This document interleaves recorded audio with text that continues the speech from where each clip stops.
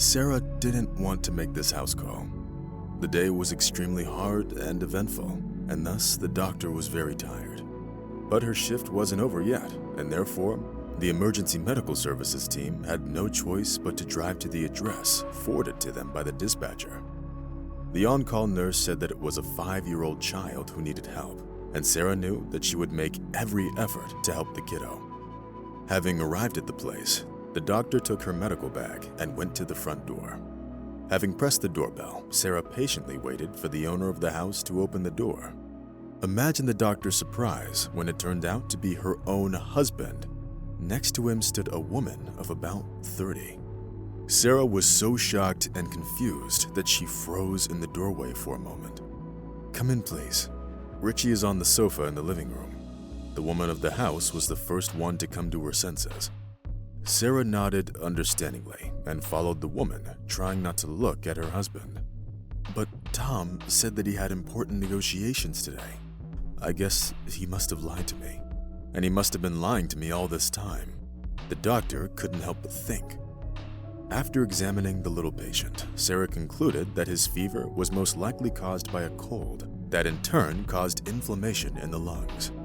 "I will prescribe an antipyretic and antibiotics for Richie. Give him the meds as prescribed, and he'll get better soon," Sarah said, trying to remain calm.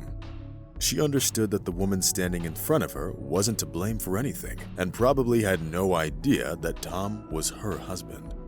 Looking at little Richie, Sarah felt a bit jealous because she couldn't have children of her own. Saying goodbye to the woman of the house, the doctor rushed outside in order to take a breath of fresh air and pull herself together. Sarah still couldn't believe what had just happened to her a couple of minutes ago. Her husband's betrayal seemed so obvious that the woman felt as if she was struck in some kind of a bad dream, as if all she had to do was wake up and open her eyes, and the remnants of the disturbing visions would go away. Taking her seat next to the driver, Sarah nodded briefly, thus letting him know that it was time to go. The woman didn't remember much about their drive back to the hospital, since she was immersed in her sad thoughts. "It's all my fault. Tom had long wanted a child, and I can't have children. So he got himself another family on the side," Sarah thought to herself.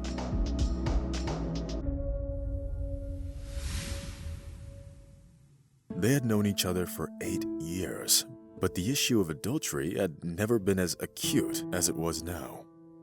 Although Tom was behaving rather strangely over the past couple of years, he often stayed late at work, coming home well past midnight. Even more so, his clothes often smelled of women's perfume, and there were lipstick stains on his shirts.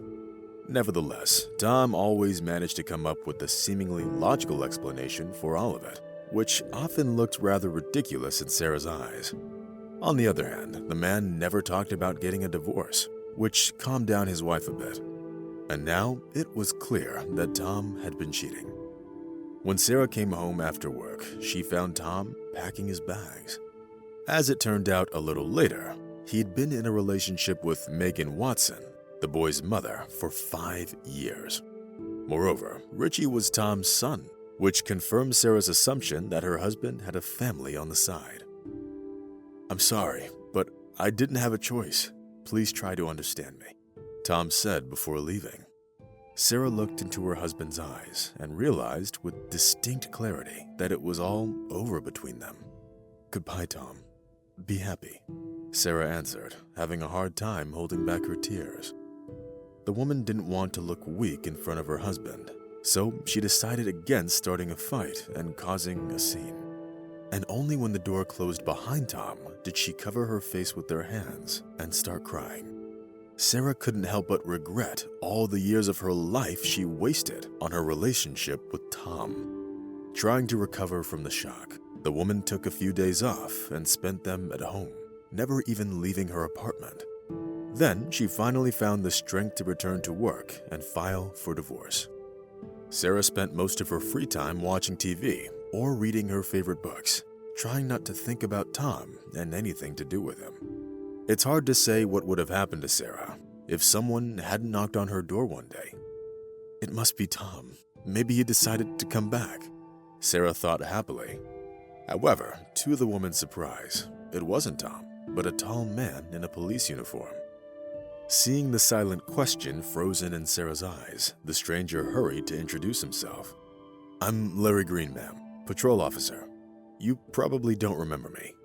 Sarah looked at the police officer in surprise and, shaking her head, said, "No, I don't remember you. Do I know you? Okay, come on in. Would you like some coffee?" Larry smiled and stepped inside.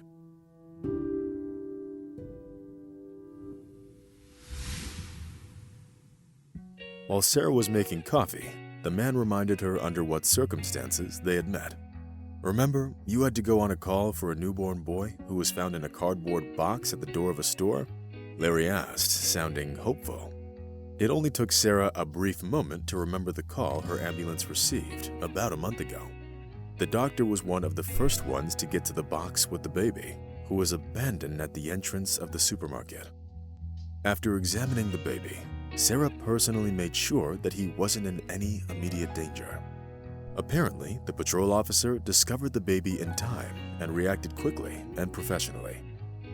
One of the police officers who called the ambulance was Larry Green.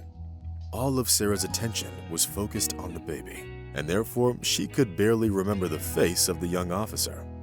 And only now, sitting at the kitchen table, she could finally get a better look at Larry.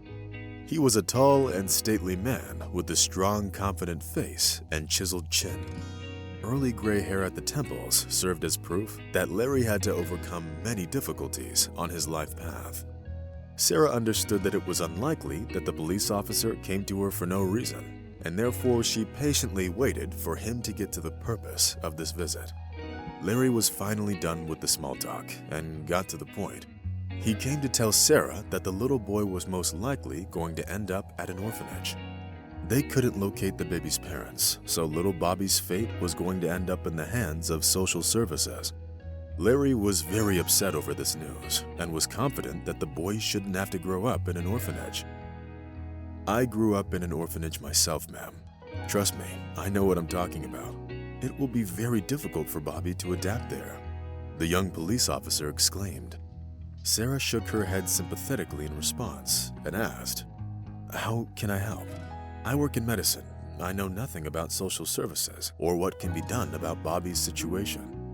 But Larry had an idea, and he quickly explained what he had in mind and what he needed Sarah to do. "You see, ma'am, I would gladly adopt Bobby, but there's one problem. They will only let a full family adopt the boy because he needs a father and a mother. And as you might have guessed, I don't meet the criteria," Larry explained. Sarah grimaced and started rubbing her temples, trying to relieve her headache. Larry's story caused a storm of emotions in her heart. She was feeling very anxious for the life of the little orphan.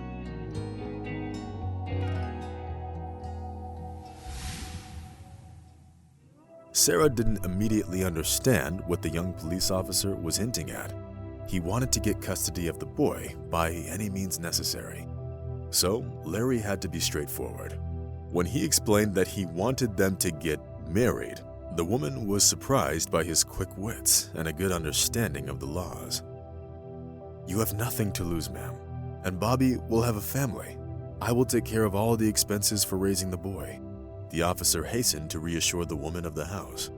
A sweet smile appeared on Sarah's lips as she finally understood what Larry was saying. "So it wouldn't be a real marriage? We would only do it to save the little orphan. This is probably one of those situations when the end justifies the means," Sarah thought, smiling. The woman knew right away that she would agree to Larry's proposal. "I'd love to help little Bobby, especially since I have already become like a godmother to him, at least to some extent," Sarah said, gathering her courage. Larry's face changed immediately. He was clearly delighted. Having said goodbye to Sarah, the officer immediately got started on the paperwork. Larry knew that in order to adopt Bobby, they would need to do a lot of work together. For starters, the police officer and the doctor created the illusion of a family and a strong relationship in the eyes of everyone around them. Then the newlyweds filed for custody over Bobby. Nevertheless, Sarah and Larry were only friends. which made them both happy. Playing with little Bobby in the park, the young parents felt truly happy for the first time in several years. Both Larry and Sarah had once been married, and both of them had to go through an extremely painful divorce. The young police officer wanted to become a father, but his ex-wife had a different take on the matter. The young woman dreamed of a carefree life, and raising a child definitely wasn't a part of her plan.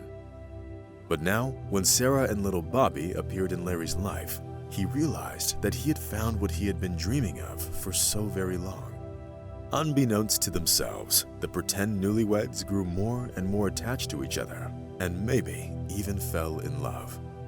Meanwhile, Bobby was the happiest child in the world, having felt the love and care of his adoptive parents. About 2 months after the adoption, Larry and Sarah started living as husband and wife. The marriage, which was initially meant to be fake, turned into something very real. Looking at their growing son, Larry and Sarah are sure that they will provide him with everything he will ever need, and maybe even give him a brother or a sister one day. No one knows if it will actually happen, but there is no doubt that the young parents will keep their word.